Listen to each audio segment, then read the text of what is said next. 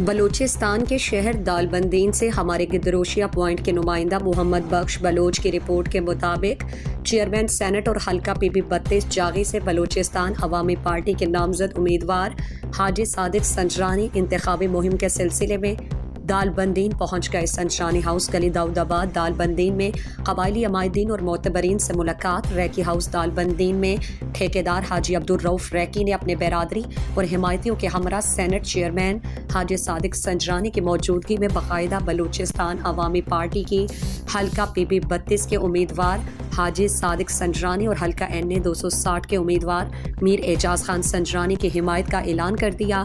اس موقع per cent chairman حاجی صادق سنجرانی، ٹھیکیدار حاجی عبدالرؤف ریکی، سردار عبدالرشید ریکی، حاجی امیر جان ریکی، حاجی عبدالرحمان ریکی، سردار غفار ریکی اور دیگر نے خطاب میں کہا کہ 8 فروری کو انشاءاللہ حق اور سچائی کی ہوگی۔